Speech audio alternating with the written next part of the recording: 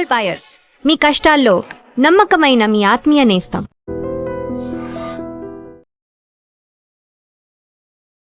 Hi నమస్తే, welcome to iDream media. నేను మీ రొద్దం శ్రీనివాస్. నిన్న ఒక కేటీఆర్ గారు జేఈ టాప్ ర్యాంకర్ అనే అబ్బాయిని సన్మానించే ఒక ఆడియో వీడియోని పట్టుకొని చాలా వైరల్ చేశారు జనాలు. ఏంటంటే కేటీఆర్ గారితో ఆ అబ్బాయి బిహేవ్ చేసినది అసలు సంస్కారం లేని విద్య ఎందుకని కొంతమంది ప్రశ్నిస్తే, అసలు జంజీ స్టైలే అంతా, వాళ్ళ వైఖరే అంతా, దాంట్లో తప్పుపట్టేది ఏముందని ఇంకొద్దరు దాని మీద వాదోపవాదాలు జరుగుతున్నాయి. ఓ రకంగా చెప్పాలంటే దాని మీద ఒక పెద్ద యుద్ధమే నడుస్తుంది సోషల్ మీడియాలో. మాట్లాడదాం, ఎందుకు జంజీ తరంలో ఆటిట్యూడ్ ఇలా ఉంటుంది, ఇది కరెక్టా రాంగా అసలు. ఇంకోటి, తల్లిదండ్రులు చాలామంది పేరెంట్స్ చెప్పే మెయిన్ కంప్లైంట్ ఏంటంటే మా పిల్లలు పట్టమని 10 నిమిషాలు కూడా చదువుకోలేకపోతున్నారు, అదే రీల్స్ షార్ట్స్ అయితే గంటలైనా చూస్తారు అనేది ఒకటి. ఇంకొన్ని కారణాలు చూస్తే దురదృష్టం ఏంటంటే మొన్న నీట్ జరిగింది, చాలామంది నీట్ పరీక్ష రాసిన తర్వాత ఆత్మహత్యకు పాల్పడ్డారు. ఎందుకు ఇట్లాంటి చిన్న చిన్న కారణాలకు? ఒక ఎగ్జామ్తో వచ్చేదేం లేదు, పోయేదేం లేదు. జీవితం ఎగ్జామ్ కంటే గొప్పదనే సందేశాన్ని ఇవ్వడంలో ఎవరు ఫెయిల్యూర్ అవుతున్నారు? స్కూల్లా, తల్లిదండ్రులా, సమాజమా? ఏంటి? ఇలాంటి విషయాలన్నింటినీ మనతో మాట్లాడడానికి ప్రముఖ psychologist, skill trainer Nalini teacher గారు ఉన్నారు. నమస్తే నళిని టీచర్. నళిని గారు, నిన్న చూసుంటారు మీరు కూడా.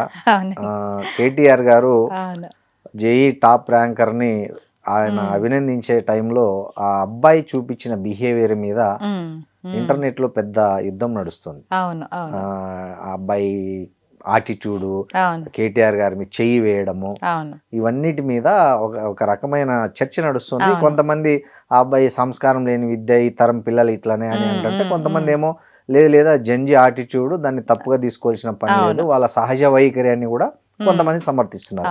ఒక సైకాలజిస్ట్ గా చెప్పండి, ఏంటి ఇది, దీన్ని ఎలా అర్థం చేసుకోవాలి?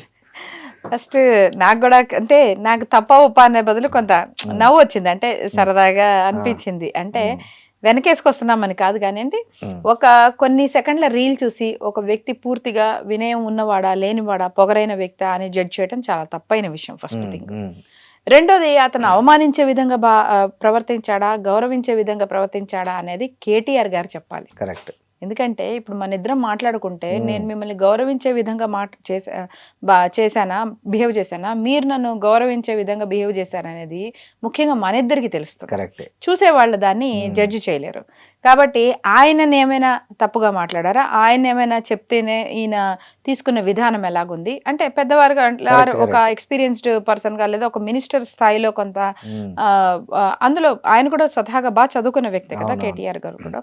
ఏ పార్టీయా ఏంటి అవన్నీ పక్కన పెడితే స్వతహాగా చదువుకున్న వ్యక్తి, ఒక విజన్ ఉన్న వ్యక్తి. కాబట్టి ఆయన ఏమైనా ఇన్ని ఫ్యూచర్ గురించి కొన్ని ఏమైనా చిన్న చిన్న సలహాలు, సూచనలు అవుట్ ఆఫ్ పాజిటివిటీ ఇచ్చుంటే దాన్ని అతను పాజిటివ్గా స్వీకరించుకున్నాడా, లేదా నాకు తెలుసులే అన్నట్టు యాటిట్యూడ్ బిహేవ్ చేసి, ఇవన్నీ తెలిస్తే అప్పుడు ఓవరాల్గా అతను పొగరున్న వ్యక్తి, పెద్దలంటే గౌరవం లేని వ్యక్తి, ఇవన్నీ మాట్లాడచ్చు. అంతేగాని ఏదో ఒక బ్యాక్గ్రౌండ్ మ్యూజిక్తో ఒక రీల్ వచ్చినంత మాత్రాన మనం జడ్జి చేయడం కరెక్ట్ కాదు. కాకపోతే మనకి నైపుణ్య శిక్షణలో ఒక భాగం ఉంటుంది, బాడీ లాంగ్వేజ్ 70% ఇన్ఫర్మేషన్ని అవతల వాళ్ళకి చెప్తుంది. మనం చెప్పే పదాలు కేవలం 30% ఉంటాయి, కానీ బాడీ లాంగ్వేజ్ 60 నుంచి 70% అసలు మనిషి ఉద్దేశం ఏంటి అనేది చెప్తుంది. అలాంటప్పుడు నిజంగానే మనం సరైన బాడీ లాంగ్వేజ్ ఆ సందర్భాల్లో మెయింటైన్ చేయడం చాలా అవసరం. అందుకే వ్యక్తులకు కూడా ఇప్పుడు మనం ఏ స్థాయిలో ఉన్న వాళ్ళకని చూడండి, ఇలా నుంచోవాలి, ఇలా మాట్లాడాలి, చేతులు ఇలా పెట్టుకోవాలి, కళ్ళు ఇలా పెట్టుకోవాలి, లేకపోతే మీరు మాట్లాడేటప్పుడు మీరు తలకాయ ఊపడం ఇలా ఉండాలి అని ప్రతి ఫీల్డ్ దానికి అనుగుణంగా వాళ్ళకి ట్రైనింగ్స్ ఇస్తూ ఉంటారు. ఎందువల్ల అంటే నువ్వు మాట్లాడే మాట మాత్రమే కాదు, బాడీ లాంగ్వేజ్ కూడా చాలా ఇంపార్టెంట్. కాబట్టి ఇది ఏదైతే అబ్బాయి అంటే మనందరి పర్సెప్షన్, ఒకరు భుజం మీద చేయటము అంటే అయితే విపరీతమైన ఫ్రెండ్స్ అనుకునే క్లోజ్నెస్ లో ఉంటే భుజం మీద చేస్తారు, లేదంటే మనకంటే చిన్నవాళ్ళు అని అనుకున్న భావంలో అయినా భుజం మీద చేస్తారు అనేది మనందరి పర్సెప్షన్. కాబట్టి అక్కడ అబ్బాయి వేశాడు.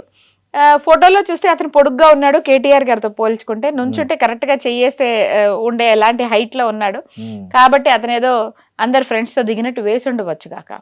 కానీ అది కరెక్టా కాదా, పాజిటివా అంటే మనందరికీ ఒక పర్సెప్షన్ ఉంటుంది కదా. పెద్దవాళ్ళు అంటే ఓ మాట చూడండి, మన జనరేషన్ ఎదిగే క్రమంలో ఎక్కువ చెప్పుంటేవారు, నార్త్ ఇండియన్స్ నుంచి చూసి నేర్చుకోండి, పెద్దవాళ్ళు కనిపించిన ఉండే వాళ్ళు కాళ్ళకి దండం పెడతారు, నిజమే. నార్త్ ఇండియన్స్ నుంచి చూసి నేర్చుకోండి అని మనకి చాలా మంది చెప్పేవాళ్ళు. కరెక్ట్, అవును. సౌత్ ఇండియాలో కూడా మనం కాళ్ళకి దండం పెడతాం, కానీ ఏదైనా ముఖ్యమైన సందర్భాల్లో ఆశీర్వచనంగానే Correct. పెడతాం, కానీ రోజు రోజు పెట్టాం. నార్త్ ఇండియాలో పరిచయం చేసిన వెంటనే పెద్దవాళ్ళు అయితే సరే ఇలా కాళ్ళు అవును. పెట్టేస్తారు, అది నేర్చుకోండి అనేవారు. అంటే అదొక బాడీ లాంగ్వేజ్, కాళ్ళకి దండం పెడితే వినయం ఉన్నట్టు అని కదా, అది ఒక మంచి లక్షణం అని మనందరికీ కూడా నేర్చుకొని చెప్పేవారు కదా. అది నేర్చుకోవడంలో మనం కూడా పెద్ద జంకు చూపించాల్సిన అవసరం లేదు, ఎందుకంటే that's a positive body language. అలా నమస్కారం పెట్టడం, ఇంటికి ఎవరైనా వచ్చినప్పుడు నమస్కారం, వస్తే రావచ్చు, మంచినీళ్ళు ఇవ్వడం కూడా గౌరవమే, కానీ ముందు నమస్కారం పెట్టి మంచినీళ్ళు ఇవ్వడం ఓ రకమైన. ఇవన్నీ నేనేమంటున్నానంటే డిఫరెంట్ బాడీ లాంగ్వేజెస్ ని మనం ఒక పర్సీవ్ చేసుకున్నాం, ఒక పాజిటివ్ బాడీ లాంగ్వేజ్. మరి ఆ ఇంటర్ప్రిటేషన్ ప్రకారం చూస్తే మాత్రం మనకంటే వయసులోను, హోదాలోను, అనుభవంలోను పెద్దవారికి మనము చేతులు అనేవి ఎప్పుడైనా సరే వాళ్ళ పైన ఉండటం అనేది అది కొంచెం సుపీరియారిటీ చూపించే లాంటి ఒక బాడీ లాంగ్వేజ్. అలానే వంగి కాళ్ళ మధ్య పడిపోకర్లేదు.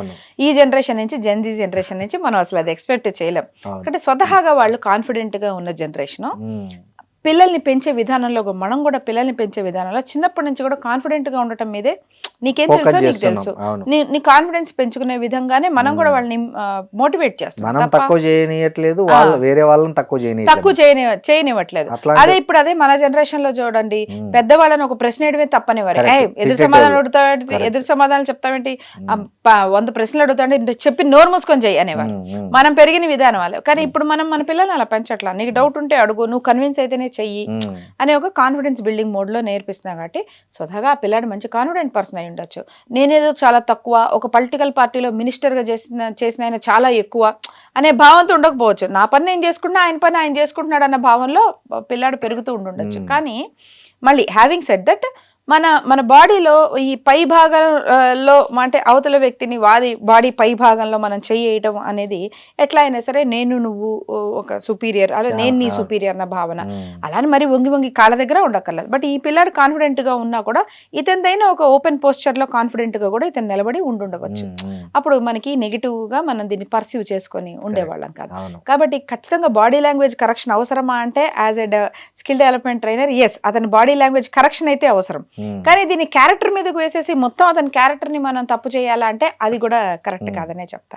13 ఏళ్ళు 14 ఏళ్ళకి సీఈఓలు అయ్యి లక్షలు సంపాదిస్తున్న పిల్లలు ఉన్నారు. వాళ్ళంతా ఇట్లా ఉంటున్నారా? లేదు, పెద్ద డాష్ మీద చాలా కాన్ఫిడెంట్ గా మాట్లాడుతున్నారు. కాబట్టి వాళ్ళందరికీ ఇప్పుడు ఏ నారాయణమూర్తి గారి పక్కన ఇంకొకరి పక్కన కూర్చేస్తే కాన్ఫిడెంట్ గా కూర్చుంటారు, వాళ్ళు మాట్లాడతారు, ఐడియాస్ డిస్కస్ చేస్తారు. మరి నువ్వు పెద్దవాళ్ళు కనిపించిన ఉండే నీ నోరు పడిపోవాలి, నువ్వు మోగవైపోవాలి అనే భావన వాళ్ళకుంటే how can they be CEOs and entrepreneurs? అది జరగదు. సో వినయం వేరు, కానీ సబ్మిసివ్నెస్ వేరు. ఒదిగి ఉండాలి కరెక్టే, కానీ అప్రెస్ అయిపోయి ఉండకపోతే అది చితికిపోయి చితికిపోయి ఉండాల్సిన అవసరం లేదు. జెన్జీలు జనరల్ గా అసలు ఆ యాటిట్యూడ్ వాళ్ళది కాదు. కాబట్టి బాడీ లాంగ్వేజ్ గా అతను ఆయనకంటే వయసులో పెద్ద, అనుభవంలో పెద్ద, అందులో అతని ప్రతిభను, అతని విజయాన్ని గుర్తించి ఒక మనిషి మనని పిలిచారు కదా, అప్పుడు వాళ్ళు హోస్ట్ అయ్యారు, మనం గెస్ట్ అయ్యాం. అయినప్పుడు ఆ మంచి జెస్చర్ ని కూడా మనం గౌరవించే విధంగా బాడీ లాంగ్వేజ్ లో కనిపించి ఉండుంటే అతనికి ఈ రోజు ఈ ఇబ్బంది వచ్చి ఉండేది కదా. సో బాడీ లాంగ్వేజ్ కరెక్షన్ అవసరమా అంటే ఖచ్చితంగా అవసరం అని చెప్తా. కానీ దీనివల్ల అతని క్యారెక్టర్ మొత్తాన్ని డిసైడ్ చేయాలంటే అది మాత్రం తప్పనే చెప్తా. నల్లి గారు, ఒక్కటి నాకేమనిపించిందంటే, ఈ పిల్లలు ఈ జంజీ తరం రీల్స్ ఎప్పుడు చూస్తుంటారు కదా, ఆ రీల్స్లో వాళ్ళకి ట్రంపా, కేటీఆరా, కేసీఆరా, లేకపోతే మామూలు ఉప్పల్ బాలునా, అగ్గిపెట్టి మచ్చానా, వాళ్ళకి పెద్ద తేడాలు ఉండవు, అందరూ ఈక్వల్. మంచి అబ్జర్వేషన్, కరెక్ట్ అబ్జర్వేషన్ అనే ఫీలింగ్ వాళ్ళకి వచ్చి బహుశా అట్లా బిహేవ్ చేస్తారు. కరెక్ట్ అబ్జర్వేషన్ అండి. ఎందుకంటే ఇది ఒక ట్రెండ్ నడుస్తుంది. మనం ఒకప్పుడు గొప్ప వాళ్ళు అని పుస్తకాల్లో చదివిన వాళ్ళంతా కూడా ఈ రోజు వాళ్ళ వెనకాల ఏవేవో థీరీస్ అవన్నీ వచ్చేసేసి నువ్వు అనుకుంటున్న గొప్పవాడు ఏం కాదు ఈయన, నువ్వు అనుకున్నంత మహానుభావుడు ఏం కాదు, ఇలాంటి ఒక థీరీస్ వస్తున్నాయి. ఇప్పుడు మన జనరేషన్ ఏంటంటే మన స్వతహాగా మన వృత్తుల్లో వాటిలో మనం అంతా బిజీ, వేరే విషయాల్లో ఉన్నాం కాబట్టి సరే నాకు తెలిసిందేదో నాకు తెలిసింది కానీ దాన్ని మనం ఎందుకు లేదు, మనం టైం పరంగా పని పరంగా మనం ఫ్లో అయిపోయి వెళ్ళిపోతూ ఉంటాం. కానీ ఇప్పుడు ఈ నెక్స్ట్ జనరేషన్ కి ఏంటంటే మీరు చెప్పారు ఫలానా వ్యక్తి చాలా గొప్ప అని మీరు ఏదో ఇన్స్పిరేషనల్ గా మీరు చెప్పారు, అవును కానీ వాళ్ళకి వేరే థీరీ వెనకాల వస్తూ ఉంటుంది. ఉమ్, వాళ్ళు కన్ఫ్యూజ్ అయిపోయి దీంట్లో ఇదే అదా అన్నప్పుడు వాళ్ళు ఏమనుకుంటారు అంటే మీ మొహం మీరు చాలా గొప్ప అనుకున్నారు కానీ ఉమ్, అసలు ఎవరో మీకు తెలియదు అన్న భావనలో ఉమ్. చాలా మంది గురించి వాళ్ళు అలా రకరకాలుగా వినడం చేయడం అనేది మనం ఇప్పుడు చూస్తూ ఉన్నాము. అదేను అంటే వీళ్ళు ఏంటంటే రోజు ఈ పొలిటీషియన్స్ అవునవును. రీల్స్, మామూలు వాళ్ళ రీల్స్, సెలబ్రిటీస్ రీల్స్ అవును. చూస్తుంటారు కదా, ఉమ్. వాళ్ళకు అందరిది ఒకటే Exactly. హోదా, Exactly. అందరిది ఒకటే పరిస్థితి. ఎందుకంటే అనే ఆ ఆలోచన. ట్యాగ్స్ కానివ్వండి, ఆ Correct. పొజిషన్స్ కానివ్వండి, ఉమ్, చిన్న డిఫరెన్స్ ఏంటంటే ఇప్పుడు మీరు నేను మనము ఒక వార్తల నుంచి చూసో లేకపోతే ఒక న్యూస్ పేపర్ లో చదివా ఫలానా ముఖ్యమంత్రి, ఫలానా రాష్ట్ర ముఖ్యమంత్రి, ఉమ్, ఫలానా కేంద్రీయ మంత్రి, లేకపోతే ఫలానా కంపెనీ సిఇఓ, ఇలా వాళ్ళు ఏంటి పదవి అనేది ముందు చూసుకొని తర్వాత వాళ్ళ పేరు, తర్వాత వాళ్ళ ఫోటో, కరెక్ట్. మన సమాచారం ఇలా ఫీడ్ అయ్యింది మనకి పేపర్ ద్వారా, న్యూస్ పేపర్ అవును, ద్వారానేగా. అవును. కాబట్టి మనిషి చేసే పని లేదా మనిషి ఉన్న హోదా లేదా మనిషి తీసుకుంటున్న బాధ్యత నుంచి ఆ వ్యక్తి మొహం గురించి మనం పట్టించుకునే వాళ్ళం. ఉమ్, కానీ ఇప్పుడు వీళ్ళకి మీరు అన్నట్టు అందరివి వీడియోస్ వస్తాయి, అన్నది రీల్స్ వస్తాయి. ఇప్పుడు మోడీ గారి ఒక స్పీచ్ అన్నాం అనుకోండి, మోడీ స్పీచ్ లో ఫలానా విషయాలు చెప్పారు అనేది మాత్రం పేపర్ లో మనం చదువుండేవాళ్ళం లేదా న్యూస్ లో చూసుండేవాళ్ళం. ఉమ్, ఇప్పుడు వాళ్ళకి వచ్చే రీల్స్ ఎలా ఉంటాయి, ఎదురుకుండా ఒక ట్రాన్స్మిటర్ ఉంది చూసారా, మోడీ కూడా టెలి ట్రాన్స్మిటర్ పెట్టుకొని మాట్లాడుతున్నారు అన్న భావనలో దాని మీద వచ్చేస్తున్నారు. మళ్ళీ మీమ్స్, మీరేదో గొప్పగా మాట్లాడారు అని అంటున్నారు కానీ టెలి ట్రాన్స్మిటర్ పెట్టి మాట్లాడుకుంటున్నారు. కానీ ట్రాన్స్మిటర్ పెట్టుకోవడం, నోట్స్ రాసుకోవడం తప్ప అంటే యాక్చువల్ గా అది రైట్. రైట్. ఒక మంచి స్పీకర్ యాక్చువల్ గా నోట్స్ పెట్టుకొని రాసుకోవాలి, క్యూ కార్డ్ అంటారు దాన్ని మన స్పీకింగ్ స్కిల్స్ లో. క్యూ కార్డ్ పెట్టుకొని మాట్లాడటం వల్ల వాళ్ళు ఏం మాట్లాడాలో స్పష్టత ఉండి అవే విషయాలు అదే అంటే సందర్భోచితంగా వాళ్ళు మాట్లాడుతున్నారు అన్న దానికి ఒక ప్రతీక. మీరు టెలి ట్రాన్స్మిటర్ పెట్టుకున్నా, ఒక నోట్ పెట్టుకున్నా, కానీ అది వీళ్ళకి ఎలా ఎక్స్పోజ్ అవుతుంది చూసారా, నెగిటివ్ గా అది కూడా పెట్టుకున్నా. మరి రోజుకు 100 విషయాలు డీల్ చేసేవాళ్ళు, 1000 మందిని మాట్లాడేవాళ్ళు ఎక్కడికక్కడ అన్ని హ్యూమన్ బ్రెయిన్ లో ఉండొచ్చు కాక, బట్ దాన్ని ఒక పద్ధతిలో డెలివర్ చేయడానికి అది చాలా మంచి, అది వాళ్ళ నిబద్ధతకి తార్కాణమే తప్ప చేతగాంతనం కాదు అది. అంటే ఇది ఇంటర్ప్రిట్ చేసి చెప్పేవాళ్ళు ఎవరు వాళ్ళకి. ఇప్పుడు ఇది డిస్కషన్ పాయింట్ వస్తే ఇంట్లో పేరెంట్స్ చెప్తారు, అలా కాదమ్మా దీన్ని ఇలా కాదు ఇలా చూడాలి అని. ఎన్ని డిస్కషన్ పాయింట్లు అవుతాయి, వాళ్ళు చూసే 1000 రీల్స్ లో ఎన్ని అసలు వాళ్ళకి పేరెంట్స్ కి మధ్యలో డిస్కషన్ పాయింట్ అవుతున్నాయి. కాబట్టి నీ ముక్కేది అంటే మనం ఇలా అని చెప్తే వాళ్ళకి ముక్కేది అంటే ఇలా కనిపిస్తున్నప్పుడు ఇలా కాదురా ముక్కి ఇలాగా, ఇది దగ్గర పద్ధతి అని డిస్కషన్ జరగాలిగా ఇంట్లో. అది జరగనప్పుడు వాళ్ళు తన పట్టిన కుందేటికి 3 కళ్ళు అనే విధంగా వాళ్ళ థీరీస్ అన్ని డెవలప్ అవుతున్నాయి. మీరు అన్నట్టు అందరూ ఒకటే, అసలు ఎవరు గొప్ప ఖచ్చితంగా వ్యక్తులుగా అందరూ గొప్పే, కానీ ఒక జర్నీ అనేది ఉంటుంది. ఒక జర్నీ ఒక స్థాయికి రావడానికి కొన్ని రకాల సమస్యలు వాళ్ళు ఎదుర్కొని వచ్చి ఉంటారు. సమస్యలు ఎదుర్కొని రావడంలో వాళ్ళ తెలివితేటలు పెరుగుంటాయిగా, కొంత అనుభవం తెలుస్తుంది, కొంత అబ్జర్వేషన్ ఉంటుంది. ఇవి కదా మనకు ఒక మనిషికి వాల్యూ యాడ్ చేసే. కేవలం పొజిషన్ వల్ల డబ్బు వల్ల గౌరవించమని ఎవరు చెప్పడంలా, కానీ ఒక జర్నీ చేసి వచ్చిన దాని మీద ఒక ఉంటుందిగా. ఒక ఆయన కేవలం ఒక చిన్న టీచర్ అయ్యి ఉండొచ్చు, కానీ ఆ మాత్రం టీచర్ పదవి పొందడం కోసం ఆయన ఏ గిరిజన వ్యక్తి, ఆయన రోడ్లు దాటాడు, నదులు దాటుకో చిన్న చిన్న కాలువ ఈదుకుంటూ వచ్చి ఆయన ఇంటర్ పాస్ అయ్యాడన్నా కూడా అది గొప్పే. కాబట్టి జర్నీ ఈజ్ మోర్ ఇంపార్టెంట్. నువ్వు జస్ట్ ఎవరి జర్నీ గమనించకుండా నాకు ఇన్స్టాగ్రామ్ లో అందరూ ఒకటే డయాస్ మీద కనిపిస్తున్నారు కాబట్టి నాకు అందరూ సేమ్ అని అంటే మాత్రం అది మనం అంటే దానివల్ల వాళ్ళు కోల్పోతారు అని అన్నట్లా. కానీ ఏంటంటే అలాంటి ఒక జర్నీ మనకుంటే మనం కూడా అలాంటి ఒక టఫ్ పర్సన్ గా తయారవుతాము అనే ఒక జీల్ ని వాళ్ళు మిస్ అయిపోతారు. అందరూ ఒక ఏముంది ఇప్పుడు మనం చేస్తే ఏం చేయకపోతే అన్న భావనలోకి రావడం వల్ల they will just miss that beautiful part of learning from someone's life. మళ్ళీ గారు ఇంకోటి, చాలా మంది పేరెంట్స్ 100కి 99 మంది అని చెప్తాను నేనైతే, ఒకటే మా పిల్లలు పట్టమని 10 నిమిషాలు కూడా బుక్ పట్టుకొని చదవలేకపోతున్నారు. అదే రీల్స్ అయితే, షార్ట్స్ అయితే ఎన్ని గంటలైనా లేవకుండా చూస్తారు, నిద్రపోకుండా చూస్తారు, అన్నం తినకుండా చూస్తారు, పళ్ళు దోమకుండా కూడా కావాలంటే చూస్తూనే ఉండిపోతారు. సో ఏంటి దీనివల్ల అంటే ఈ మొబైల్ అడిక్షన్ వల్ల ఈ అటెన్షన్ స్పాన్ అనేది బాగా తగ్గిపోతుంది. దీనికి పరిష్కారం ఏంటంటారు అసలు? మీరు అన్నమాట కరెక్ట్. యాక్చువల్ గా రీల్స్ గంటలు చూస్తారు, కానీ నెంబర్ ఆఫ్ రీల్స్ చూస్తున్నారు వాళ్ళు. మీరు ఒకటే రీల్ గంట ఉంది చూడమనండి, చూడరు. మీకు అసలు ఇప్పుడు యూట్యూబ్ లో షార్ట్ వీడియోస్ కూడా మీకు అంతకుముందు మనకి సీరియల్స్ కాకుండా టెలి సీరియల్స్ అని కొన్ని వచ్చి కొంతకాలం వచ్చి, లేదంటే తర్వాత షార్ట్ ఫిలిమ్స్ లాని అలా వచ్చేవి.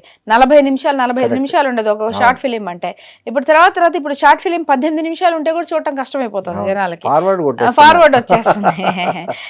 ఇప్పుడు యూట్యూబ్ షార్ట్స్ అన్నారు, అది 3 నిమిషాలు అన్నారు, 3 నిమిషాలు కూడా చూడట్లేదు. ఇన్స్టాగ్రామ్ రీల్ అంటారు 90 సెకండ్లు, 90 సెకండ్లు చూసే టైం ఉండట్లేదు. రీల్ కూడా కంప్లీట్ చేయకుండా చేసేస్తున్నారు. మనం ఇన్సైట్స్ చూస్తే డిసైడ్ అయిపోతున్నారు. కనీసం ఇప్పుడు పోనీ వాళ్ళు ఒక మోటివేషనల్ కాంటెంట్ చూస్తున్నారు, లేదా ఒక ఫలానా వ్యక్తుల యొక్క కాంటెంట్ ఫాలో అవుతున్నారంటే కూడా వాళ్ళు ఒక 90 సెకండ్లు ఒక పాయింట్ చెప్పదలుచుకుంటే ఆ మొత్తం కూడా చూడడం, అది కూడా స్టార్టింగ్ లో ఫస్ట్ సెంటెన్స్ సెకండ్ సెంటెన్స్ చూసి చాలా ఇది మనకు తెలుసా దానికి వెళ్ళిపోతున్నారు. అటెన్షన్ స్పాన్ భయంకరంగా తగ్గిపోతుంది ఖచ్చితంగా. అయితే అన్ని గంటలు ఎందుకు కూర్చుంటున్నారు అంటే కేవలం మరో పని ఏదో తప్పించుకోవడం కోసం కూర్చుంటున్నారు. ఈ విషయంలో మొహమాట పడి దీన్ని ఏదో పాజిటివ్ కవరింగ్ వేయాల్సిన అవసరం ఏమీ లేదు. నువ్వు యాక్టివ్గా, నీకేం తెలియకపోవచ్చు సార్, మీకు అంటే ఒక వ్యక్తికి చాలా సూపర్ జనరల్ నాలెడ్జ్ ఉండేసి అద్భుతమైన ఇంటెలిజెంట్ వ్యక్తి అవ్వక్కర్లా, తను అనుకున్న ఒక పని పట్టుకొని ఆ పని కరెక్ట్ గా చేసుకుంటే చాలు జీవితంలో. కానీ చాలా విషయాలు నేను తెలిసేసుకుంటా, అందరి గురించి తెలుసుకుంటా, అన్ని దేశాల గురించి తెలుసుకుంటా, అన్ని రంగాల గురించి నేను చూస్తా, కానీ నేను లేచి ఒక పని మీద నేను కష్టపడి పని చేయను అని అనుకున్నప్పుడు ఇవి ఏం చూసినా దీనికి కవరింగ్ ఏమి అవసరం లేదు, ఉపయోగం కూడా లేదు. ఖచ్చితంగా నువ్వు పని పట్టుకొని ఆ పని కోసం నువ్వు ప్రయత్నించు.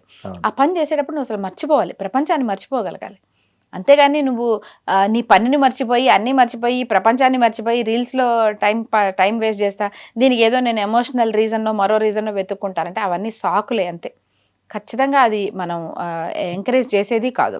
సరే, మరి పేరెంట్స్ కన్సర్న్ అంటే నిజంగా పాపం పేరెంట్స్ కన్సర్న్ ఉంటుంది. ఎందుకంటే ఇలా వీటిలో పడిపోతున్న పిల్లలంటే మీరు గమనిస్తే వాళ్ళలో లిజనింగ్ స్కిల్స్ తగ్గిపోతున్నాయి, సొంతంగా ఆలోచించే విధానము తగ్గిపోతుంది.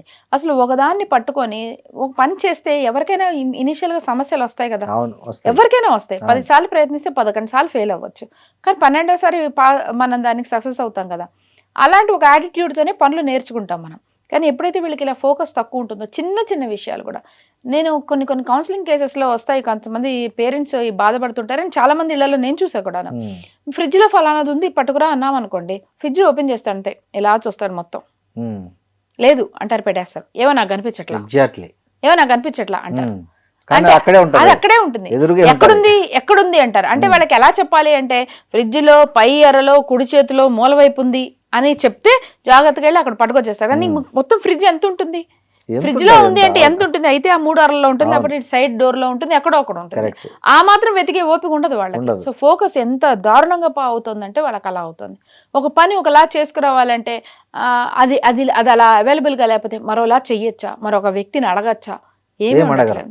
హ్యూమన్ ఇంటరాక్షన్ తగ్గిపోతుంది. మీరు అబ్జర్వ్ చేస్తే ఒక షాప్కి వెళ్ళారు, ఒకటి కొనుక్కున్నారు, దానికి ఏదో హోల్ ఉంది, బ్రేక్ ఉంది, ఏదైనా ఉందని, ఇదేంటి బ్రేక్ అయింది వెళ్ళి మార్చుకురా అంటే నేను అడగనంటారు. బాగోదు, వాళ్ళు ఏమని అనుకుంటారు, అడగనంటారు. అంటే హ్యూమన్ ఇంటరాక్షన్ నుంచి విత్డ్రాయలు, ఒక దాన్ని పట్టించుకొని చేయడం నుంచి విత్డ్రాయలు, ఒక సమస్య పట్టుకొని పూరణ చేసుకోవడం మీద విత్డ్రాయలు, అలా అయిపోతుంది అనమాట. సో ఫోకస్ తక్కువగా ఉంటే దాన్ని మనం వదిలేసే విషయం అయితే కాదనే చెప్తాను నేను. ఖచ్చితంగా ఏదో రకంగా మనం వాళ్ళని వేరేలాగా ఎంగేజ్ చేస్తూ ఫోకస్ కొంచెం ఎక్స్టెండ్ అయ్యేలాంటి పనులు పెట్టి, మెల్లమెల్లగా ఫోకస్ పెరిగేలాంటి పనులు పెట్టి ఖచ్చితంగా వాళ్ళ చేత అవి చేయించాలి. అవి చిన్నప్పటి నుంచే ప్రయత్నించాలి. అంటే ఇప్పుడు ఏమవుతుందంటే చాలా మంది పేరెంట్స్ యాక్చువల్లీ ఈ అవేర్నెస్తో వయసు వచ్చేంత వరకు మొబైల్ లేకుండా చాలా వరకు మేనేజ్ చేస్తున్నారు. దానికోసం వాళ్ళు చాలా స్ట్రెయిన్ అయిపోవాల్సి వస్తుంది. యాక్చువల్గా వాళ్ళకి రెస్ట్ లేకుండా, వాళ్ళకంటూ పర్సనల్ స్పేస్ లేకుండా చాలా చేయాల్సి వస్తుంది. పెట్టుకోకుండా కష్టపడుతున్నారు పాపం. పేరెంట్స్ కూడా చాలా ప్రయత్నం చేసిన పేరెంట్స్ కొంతమందిని చూస్తున్నాను నేను. వాళ్ళు కానీ ఒక వయసు వచ్చేటప్పటికి అవ్వాల్సి వస్తుంది. ఇప్పుడు వయసు వచ్చింది, ట్యూషన్లు ఉంటాయి, ఈ ర్యాపిడోలు బుక్ చేయాల్సి వస్తుంది, దానికోసమైనా వాళ్ళకు మొబైల్ ఇవ్వాల్సి వస్తుంది. ఇస్తుంటే చాలు మళ్ళీ మొదటికి ఆన్లైన్ ఎగ్జామ్స్ వచ్చేస్తుంది, అప్లై చేయడం, ప్రాజెక్టులు అన్ని అంతే కదా, PDF సబ్మిట్ చేయండి అంటున్నారు, పేపర్లు తీసుకోవట్లేదు, చాలా హోంవర్క్ కూడా వాట్సాప్ లోనే పంపిస్తున్నారు. సో మనము కుడి చేత్తో అన్ని మొబైల్లో ఇచ్చి ఎడం చేత్తో నువ్వు మొబైల్ ముట్టుకోవద్దంటే అయ్యే పని కాదు కదా. మరి బ్యాలెన్స్ నేర్చుకోవాలంటే ఎవరు నేర్చుకోవాలా బ్యాలెన్స్, ఎవరు నేర్పించాలా బ్యాలెన్స్? స్కూల్ పిల్లలు స్వతహాగా నేర్చుకోరు బ్యాలెన్స్. కుటుంబము, స్కూల్, కాలేజీ రెండు కలిస్తే జరగచ్చు అవుతుంది. కొంతవరకు. మనం కూడా ఏంటంటే ఇప్పుడు మొబైల్, ఇప్పుడు మనకి చాలా బేసిక్ అవసరాలు ఏవైతే ఉన్నాయో అవి కంప్లీట్ గా మొబైల్ బేస్డ్ లోకి వెళ్ళిపోయాం. మనం ఏమైనా ఆల్టర్నేట్ వెతుక్కుంటున్నామా? పిల్లలకి ఇంత ఇబ్బందికరమైన సమస్యగా మారుతుందని మనం అబ్జర్వ్ చేసినప్పుడు మొబైల్ తో వీటితో సంబంధం లేని ఇంకో ఆల్టర్నేట్ మెథడ్స్ ఏమైనా మనం కనుక్కుంటున్నామా? ఆ టెక్నాలజీ కనుక్కుంటున్నామా అంటే మనం అదేమి చేయట్లా. ఏమి చేయకుండా నేను అన్ని మొబైల్లోనే పెడతా, కానీ నువ్వు మాత్రం మొబైల్ వాడమాకు, నువ్వు మాత్రం మొబైల్ చేయొద్దు అంటే ఒక వయసు వచ్చాక ఆపడం ఎవరి వల్ల కావట్లేదు. దాంతో పేరెంట్స్ కి అందులో వాళ్ళు కూడా కంట్రోల్ చేయగలిగే వయసు దాటిపోయిన తర్వాత చేయలేరండి. ఎంతకని కొడతారు, ఎంతకని తిడతారు, ఎంతకన్నా అరుస్తూ ఉంటారు, నాన్ సెన్స్ అనుకుంటున్నారు పిల్లలు. అది కూడా పట్టించుకోవట్లేదండి. ఒకప్పుడు అమ్మ కళ్ళు ఎర్ర చేసింది, లేకపోతే నాన్న అరిచారు అంటే అమ్మో ఇంకోసారి అరిపించుకోకూడదు అని ఒక భయంలో ఉండి, ఇప్పుడు ఏం లేదు, అరుస్తుంటే ఎందుకలా అరుస్తావు, ఎందుకలా చేస్తావు అనేసి వీళ్ళ పని వీళ్ళు చేసుకుంటూ పోతున్నారు. కాబట్టి నేననేది ఏంటంటే ఖచ్చితంగా ఫోకస్ పెరగడానికి కావాల్సిన ఇతర విషయాలు వాళ్ళని ఎంగేజ్ చేయటము, ఒక టైం అవుట్ పెట్టడము, వెనక పడుతున్నారు నష్టపడుతున్నారు అనే అనుకోనివ్వండి, తప్పదు. కానీ ఖచ్చితంగా వాళ్ళ లాంగ్ అవర్స్ మొబైల్ చూడకుండా మనం వీలైనంత వాళ్ళని ఎంకరేజ్ చేస్తూ, కట్టడి చేయమని చెప్పడంలా, కానీ ఎంకరేజ్ చేస్తూ డీవియేట్ చేయడం, వేరే ఇతర పనిలో పెట్టుకోవడం, కొంత ఫ్యామిలీ టైం పెట్టుకోవడం, లేకపోతే మనం కూడా టెక్నాలజీ సమాజంగా కూడా బాధ్యత ఉంది.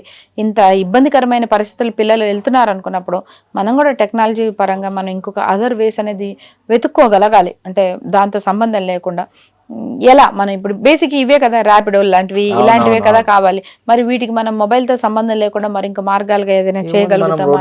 మాట్లాడుకోవచ్చు, డైరెక్ట్ గా ఆటో చేయడాలు ఇలాంటివి ఏవో మనం చేయగలగాలి. చేస్తేనే మనం కూడా మన పిల్లలని ఈ ఇబ్బంది నుంచి మార్చగలుగుతాం. పర్టికులర్ గా ఫోకస్ అన్నప్పుడు మాత్రం కొంచెం ఇంట్రెస్టింగ్ మెథడ్స్లో లెర్నింగ్ మెథడ్స్ కూడా మారాలి. మరి ఫోకస్ తగ్గుతున్నప్పుడు వాళ్ళకి ఇంట్రెస్టింగ్ మెథడ్స్లో లెర్నింగ్ మెథడ్స్ మాట్లాడాలి. నేను పాతకాలంలాగా అవే క్వశ్చన్లు ఇస్తా, అవే ఆన్సర్లు ఇస్తా, అలాంటి ఎగ్జామ్లే పెడతాను, కానీ వీళ్ళు ఫోకస్ చాలా పెంచుకోవాలి, కానీ ప్రపంచం అంతా వేరేలా మారిపోతుంది అంటే మనం చాలా కన్ఫ్యూజన్ సిచ్యువేషన్ క్రియేట్ చేస్తున్నాం. ఇన్ దట్ క్లాస్ రూమ్లో లెర్నింగ్ మెథడ్స్ మారడం, ఎగ్జామ్లో అటెంప్టింగ్ మెథడ్స్ మారడం, ఎక్కువ కైనెస్థెటిక్ అంటారు, వాళ్ళు ఇన్వాల్వ్ అయ్యి చేసేలాంటి మెథడ్స్లో ఎక్కువ పెట్టడం, ఈవెన్ మార్కింగ్ సిస్టంలో కూడా పేపర్ పెన్ కంటే కూడాను ఇన్వాల్వ్ అయ్యి చేసే వాటికి కూడా కొంత గ్రేడ్స్ ఇవ్వడము, అలా ఇన్వాల్వ్ చేయడం, ఇలా మనం కూడా అన్ని రకాలుగాను ఈ నెగిటివ్ ఎఫెక్ట్ అన్ని వైపుల నుంచి వస్తున్నప్పుడు సొల్యూషన్స్ కూడా అన్ని వైపుల నుంచి రావాలి. నెగిటివ్ ఎఫెక్ట్ అన్ని వైపుల నుంచి వస్తుంది, సొల్యూషన్ మాత్రం ఒకటే చెప్తున్నా, నువ్వు మొబైల్ వాడుకో. మరి అలా కాదుగా, ఇది అలా అవ్వదు కదా. నెగిటివ్ ఎఫెక్ట్స్ అన్ని వైపుల నుంచి వస్తున్నప్పుడు సొల్యూషన్స్ కూడా అన్ని వైపుల నుంచి రావాలి. దానికోసం అందరం అన్ని రకాలుగా ఇంకో ప్యారలల్ సిస్టమ్స్ మనం డెవలప్ చేసుకోగలగాలి. ఇంకోటి అండి, ఈ పిల్లల్లో ఈ జంజీలో ఇంకో బ్రెయిన్ సమస్య ఏంటంటే వాళ్ళకి అన్ని ఇన్స్టెంట్గా అయిపోవాలి. అవును, కొంచెం డిలే అయినా కొంచెం ప్రాసెస్ అయినా అది నచ్చదు వాళ్ళకి. అవునవును.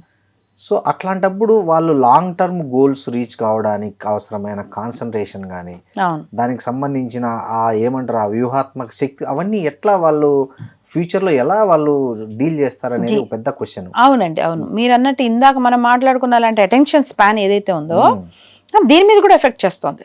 సో ఇందులోనే ఇప్పుడు వాళ్ళు చూస్తున్న ఒక చిన్న షార్ట్ వీడియోలోనో చిన్న, ఇప్పుడు ఇవి ఆ ఒక్క జనరేషన్ అనే అనండి, ఆ ముందు జనరేషన్ నుంచి క్యారీ అయినది. ఎందుకంటే ఒక విషయాన్ని ఇప్పుడు అంతకుముందు ప్రయాణం చేయాలని అనుకోండి, 2 రోజులు 3 రోజుల ప్రయాణం కూడా హ్యాపీగా చేసేసేవాళ్ళు. అంతకుముందు ఇవి కట్టుకొని ఏవో ఫుడ్ కట్టుకొని మరి చేసుకొని మరి 2 బస్సులు మారి 2 ట్రైన్లు మారి ఎక్కడెక్కడికో వెళ్ళి అట్లా చేసేవాళ్ళు చేసుకొని. అక్కడ నుంచి ఫాస్ట్ గా మన ట్రావెలింగ్ మెథడ్స్ ఎప్పుడైతే మనం క్విక్ ర్యాండమ్ మెథడ్స్ తో మనం క్విక్ గా చేయడం స్టార్ట్ చేసిన తర్వాత అన్ని ఫాస్ట్. ఇప్పుడు ఈ జనరేషన్ కంటే ముందు జనరేషన్ యాక్చువల్ గా ఫాస్ట్నెస్ కి ప్రిఫరెన్స్ ఇస్తూ అన్నిటినీ ఫాస్ట్ గా అయిపోవాలి అనే ఒక మెథడ్ తీసుకొచ్చి ముందు జనరేషన్, ఈ జనరేషన్ వాళ్ళు తప్ప నేను అది అన్ని ముందు అయిపోవాలి, ప్రయాణం తొందరగా అయిపోవాలి, కుకింగ్ తొందరగా అయిపోవాలి, అందుకే వెరీ రెడీ టు ఈట్లు, ఓకే, డెలివరీలు అన్ని క్విక్ డెలివరీలు, చూసింగ్ కూడా వెరీ క్విక్, పచారీ కొట్లోకి వెళ్ళి లిస్ట్ రాసుకోవడం కాదు, సూపర్ బజార్లోకి వెళ్ళి పిక్ చేసుకుని అక్కడిగా వచ్చేసేయాలి, డిజిటల్ బిల్లింగ్, యాప్లు అన్ని చేసేసేయడము, ఇవన్నీ ముందు జనరేషన్ నుంచి వచ్చినవే కదా. సో ఈ క్విక్నెస్ అయిపోవాలి అనేది ముందు జనరేషన్ నుంచి వస్తుంది, ఈ ఒక్కళ్ళ తప్పేం కాదు. కాకపోతే అప్పుడు ఏమవుతుందంటే ఆ పేసు వాళ్ళది నిమిషాలు అయితే వీళ్ళ సెకండ్లు అయిపోయింది. అంతకుముందు రోజులు గంటలు కాస్త నిమిషాలు అయింది, ఇప్పుడు నిమిషాలు కాస్త సెకండ్లు అయిపోయింది. సెకండ్లు అయిపోయేటప్పుడు అది క్యారీ ఫార్వర్డ్ అవుతుంది అనేది మనం గమనించాలి. వీళ్ళు దీనికి ఆద్యులు కాదు, వీళ్ళు విక్టిమ్స్, ఒక రకంగా కంటిన్యూస్గా వచ్చిన విక్టిమ్స్. కానీ అలానే ఇన్స్టెంట్ రిజల్ట్ కావాలని కోరుకోవటం కరెక్టేనంటే ఖచ్చితంగా కాదు. అన్నీ చాలా ఇన్స్టెంట్గా మీరు అన్నట్టు కొన్ని సమస్యలు కానివ్వండి, కొన్ని రకాల పరిస్థితులు కానీ వెంటనే అయిపోవాలి, వెంటనే రిజల్ట్ రావాలి అంటే రిస్క్ తీసుకునే ఓపిక లేదండి జనాలకి. అంటే 10 సార్లు ఫెయిల్ అయ్యి 11 సార్లు ప్రయత్నించే ఓపిక లేకపోవడం వల్ల ఏది జరిగినా ఇప్పుడే అయిపోవాలి, నాకు తెలిసిపోవాలి, లేకపోతే నేను ఇంకో పెద్ద చేసేస్తాను, ఏదన్నా నాకు అది అయిపోవాలి ఫస్ట్. అది అయిపోవడం కోసం నేను ఏమేమి కావాలో నాకు అన్నీ చకచకా అయిపోవాలి, అంతే తప్ప నేను దాని మీద ఇన్వెస్ట్ చేస్తా, కొంత వెయిట్ చేస్తా, చూస్తాను అనే ఒక పరిస్థితి, ఓపిక లేకపోవడం అనేది మీరన్న దానికి సొల్యూషన్. కొంత స్లో లైఫ్ మనం అలవాటు చేసుకోవాలి. కొంత స్లో లైఫ్, కొంత ఈ క్విక్ రిజల్ట్స్ నుంచి సంబంధం లేని కొన్ని విషయాలు మనం పని కట్టుకొని మన ఇళ్లలో మన జీవన విధానంలో కొంత ఇంబైబ్ చేసుకోవటం, ఇవన్నీ మన వాళ్ళు కూడా కొంత నేర్చుకుంటూ ఆ పిల్లలకు కొంత నెమ్మదితనం అనేది ఖచ్చితంగా నేర్పాలి. నెమ్మదితనం అనేది నేర్పకపోతే మీరు అన్నట్టు ఇప్పుడు మీరు చాలా గొడవల్లో కూడా అలాగే అవుతుంది. ఇప్పుడు చెప్పు నాకు, ఇప్పుడు చెప్పు, ఇప్పుడు చెప్పేసే నాకు, లవ్ ఒప్పుకుంటావా లేదా, ఇది కరెక్టా కాదా, పెళ్లి చేసుకుందామా లేదా, వెళ్ళిపోదామా లేదా, చేస్తా అన్ని ఇప్పుడు చెప్పేసేయాలి వాళ్ళకి, అంతే. అది అయిపోయింది. మేఘం దగ్గర సందేశం పంపించి ఇక్కడ ఈయన వెయిట్ చేయడం, ఆ మేఘం అక్కడ వరకు వెళ్ళేసి ఆవిడ వెయిట్ చేయడం, అన్ని అయిపోయినాయి. ఈ మేఘాలన్నీ ఇక్కడే కురిసేయాలి, ఇక్కడే వానలు పడిపోవాలి, ఇక్కడే తడిసిపోవాలి, అన్ని ఇక్కడే అయిపోవాలి అనమాట. సో యాటిట్యూడ్ ఎట్లయినా అది రైట్ యాటిట్యూడ్ కాదు. కాకపోతే సమాజము మారిపోతూనే ఉంటుంది. మారేదాన్ని మనం కళ్ళాలేసి వెనక్కి లాగలేం, కానీ బట్ దీన్ని మనకు అనుగుణంగా మార్చుకోవడానికి అంటే మన వసతులు వనరులు పెంచుకోవడానికి క్విక్నెస్ అవసరం, కానీ ఎమోషనల్గా మనం స్టేబుల్గా ఉండటం అంటే స్థిత ప్రజ్ఞత కానివ్వండి, ఎమోషనల్ ఇంటెలిజెన్స్ బ్యాలెన్స్ రావడానికి మాత్రం ఈ క్విక్నెస్ పనికిరాదు. లైఫ్లో ప్రశాంతతకు మాత్రం స్లో డౌన్ అవ్వాలి. మన అయితే సర్వీసెస్, వనరులు, లేకపోతే రెస్పాన్స్ ఇలాంటి విషయాల్లో ఫాస్ట్ అవ్వాలి అనే ఒక గ్రెడేషన్ మనం తెచ్చుకోగలగాలి. దీనికి కూడా మనం అలవాటు చేసుకోవాలి. నేను ఏదో మెషిన్ చూసాను, నెయిల్ పెయింట్ చేయి పెడితే నెయిల్ పెయింట్ వేసేస్తుంది టకటకట, ఎవడు అడిగాడు దానికి మళ్ళీ నువ్వు మిషన్ కనుక్కున్నావా, అది వేసుకునేదే కాలక్షేపంగా చేసుకున్నా, దానికి కూడా మనకు మిషన్ కావాలంటే అది కూడా పెట్టలే, పేక ముక్కలు పంచడానికి ఒక మిషన్ ఉంటుంది. ఎందుకు చేస్తున్నాం మనం ఇదంతా అంటే ఎవరి విజ్ఞాన ప్రదర్శన కోసం, ఏం తప్పించుకోవడానికి, ఇది ఏం పరిగెత్తడానికి మనం ఇది చేస్తున్నాం. ఒక అంటే అందుకే సైమన్ సైనిక్ అని ఆయన అంటారు, know the significance of why అని. ఏ పనైనా ఏం చేస్తున్నావు ఎలా చేస్తున్నావు మాత్రమే కాదు, ఎందుకు చేస్తున్నావు అనే ఒక ప్రశ్న వేసుకోవాలి. నువ్వు ఎందుకు చేస్తున్నావు అనే ప్రశ్నకి నీకు సరైన విలువైన అర్థవంతమైన సమాధానం రావట్లేదు అంటే నువ్వు చేసే పని ఊరికే చేయడం కోసం చేస్తున్నావు తప్ప దానికి పెద్ద ప్రాముఖ్యత లేదని అర్థం. సో మన అందరం కూడా ఓ నిమిషం ఏం చేసినా ఆగి ఆలోచించి ఎందుకు అనే ఒక ప్రశ్న వేసుకోవాలి. ఆ ఎందుకు అనే ప్రశ్న వేసుకున్న దానికి చాలా అర్థవంతమైన లోతైన సమాధానం వచ్చినప్పుడే ఆ పనికి ఒక ప్రాముఖ్యత ఉంటుంది.